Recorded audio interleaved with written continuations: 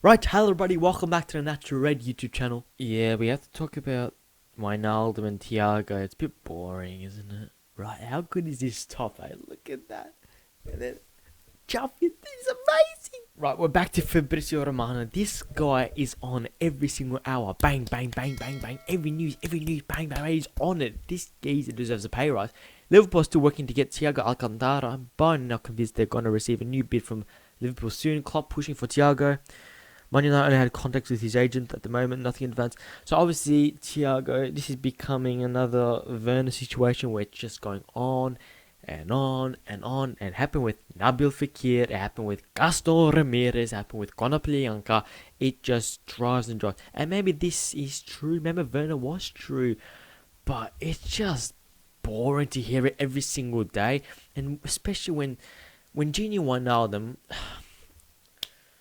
When Wijnaldum, he's in his last year of his contract, Gini Wijnaldum, right?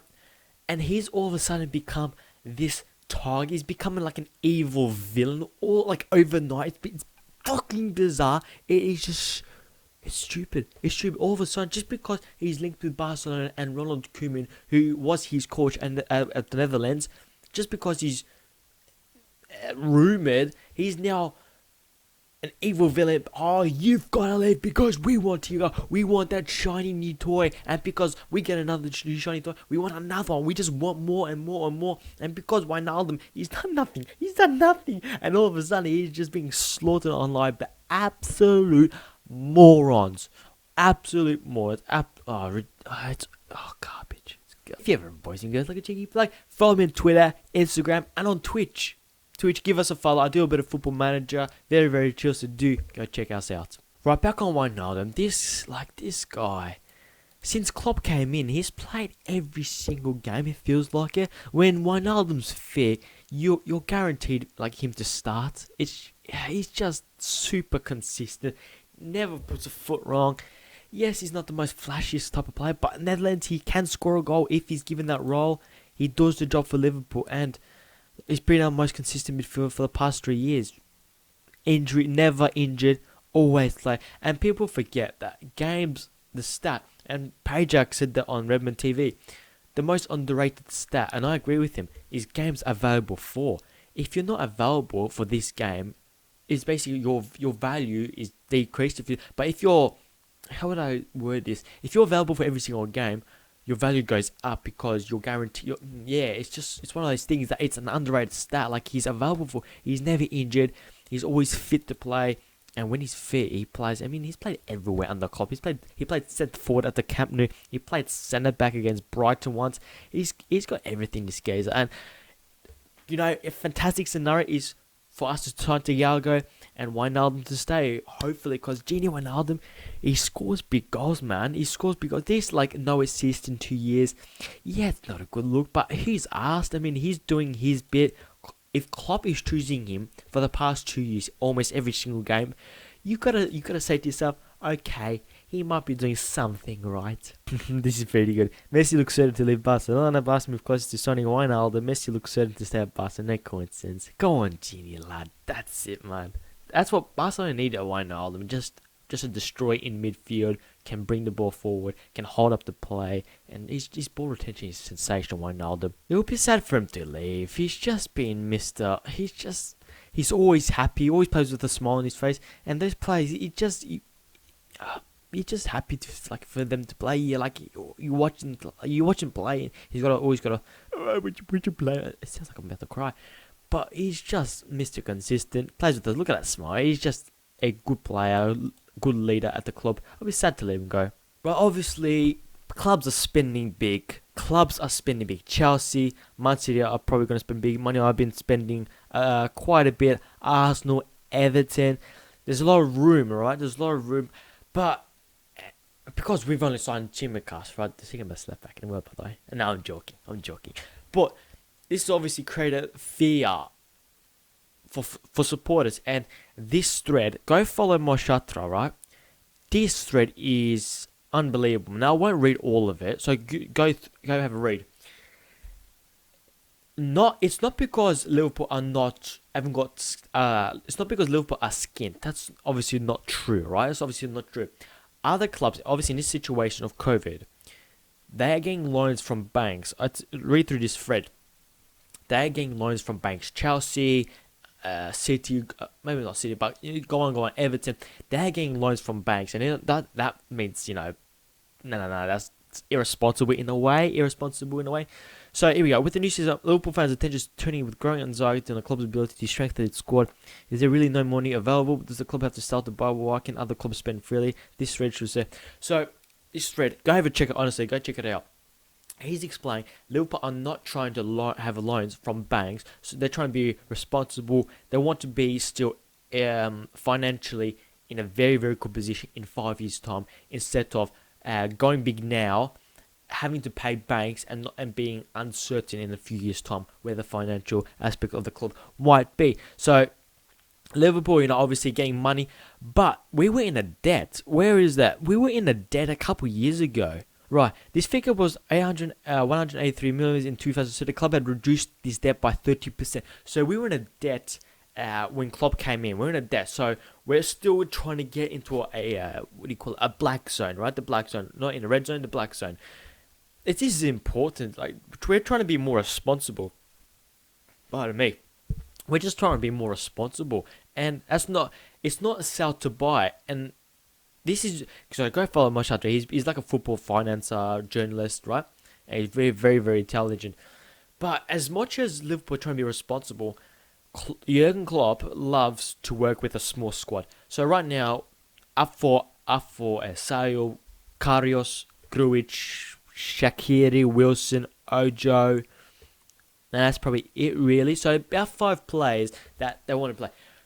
Jurgen Klopp wants to work with a small squad. So he doesn't want. We can get Thiago if we want, but we want to get rid of the wages, not because we need it, but because get rid of the books. Pep loves to work with a big squad. Chelsea with a big squad. Klopp doesn't like that. He wants every player in training, right? Whether that is.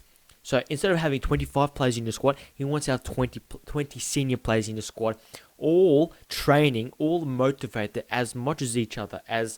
So when what's a good example? So when Henderson, Fabinho starts, right? Fabinho. So then you got Wijnaldum, Keita, for example. Keita is not in the squad thinking, I'm not going to start this week because there's too many senior players. He is in that 20 squad bracket, right? And thinking, all right, I can easily make this. I can easily make the first team this weekend if I train hard enough, if I put effort, and because Klopp has 20 players, so every single player knows he's got a chance of being in that first team this weekend or this midweek in the Champions League. So that's why I think we're not going for Thiago, because we want to get rid of those players first and then maybe get a couple in. That's my thinking. I'm pretty sure that's the case. It's not because we want to sell to buy, because we've got the money. We were European champions last year, Premier League champions. We're still world champions. We've got the money, right? We've got a huge financial.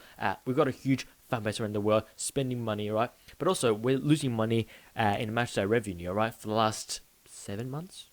It's been 6-7 months now. It's fucking insane. There's no matchday revenues. There's less people in the club shop. It all impacts.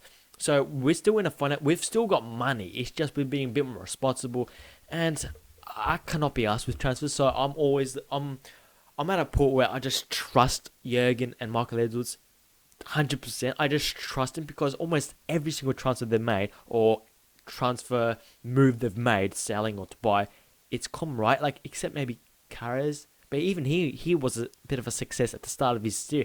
So even maybe him, just one player really, you can say, okay, he wasn't a great. But we've signed about 15, 20 players since. So you got to say, okay, I'm just a knobhead on YouTube. This is what I'm saying. I'm just a knobhead on YouTube. I think they know what they're doing. Let's just put faith in them. So just to his conclusion.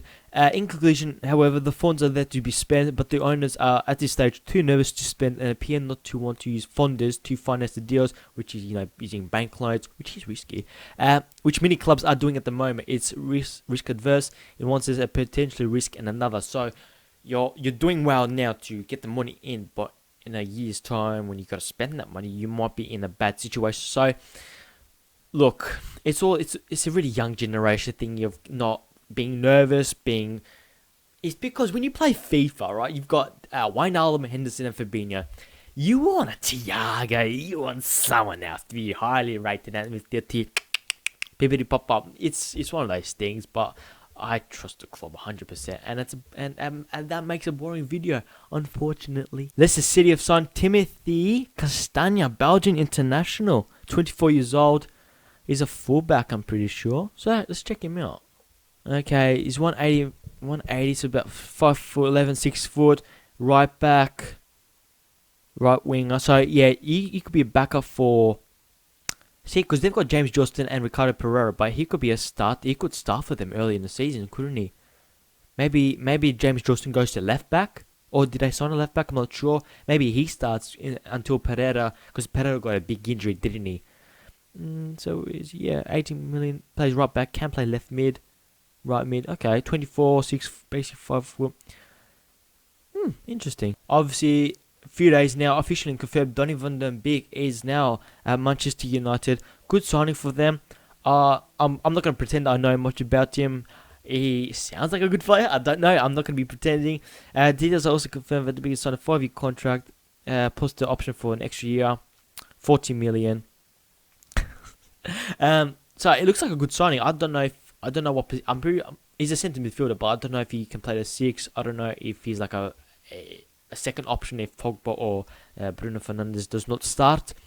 But he looks like a good signing, and that's what they need. Man United, they've got a decent midfield, so they need a couple backups. That's not a bad signing. Yes, also this geezer, James Rodriguez at Everton. It's actually crazy. It is. It's just. But what I don't get, because Carlo Ancelotti, he plays a 4-4-2, so where the fuck does he play? Because he's a centre attacking midfielder, and no one plays that position these days. So he needs to change his game if he wants to play at the top level, doesn't he? 4-4-2, does he play on the right hand side and cuts inside, or does he play on the left as a winger? Or do they change their formation to a 4-2-3-1 or a 4-3-3 and make him not the base, what do you call it? The summit of the midfield? Is that the summit? Let me know in the comments, I don't even know. The top of the midfield, the triangle, whatever. Good player. They've also got Allen and Doucouré. Good players. And they've also got Andre Gomes, who I rate highly. Decent players. I mean, that midfield was terrible last season. So, getting midfielders in, Carlo Ancelotti is building that squad. And I tell you what, they're a dark horse to finish in the Europa League positions. And I'm not being that as a banter-wise. They're slowly becoming a very, very good team. Right, that's it, boys and girls. Jeez, I need a haircut. It's a bit too long. We're still in lockdown here in Melbourne. It's quite awful. That's it. If you haven't already, like, subscribe, leave us your thought in the comments down below. Follow me on Twitch. Follow me on social media platforms. Subscribe, hit the bell notification. I'll see you guys later.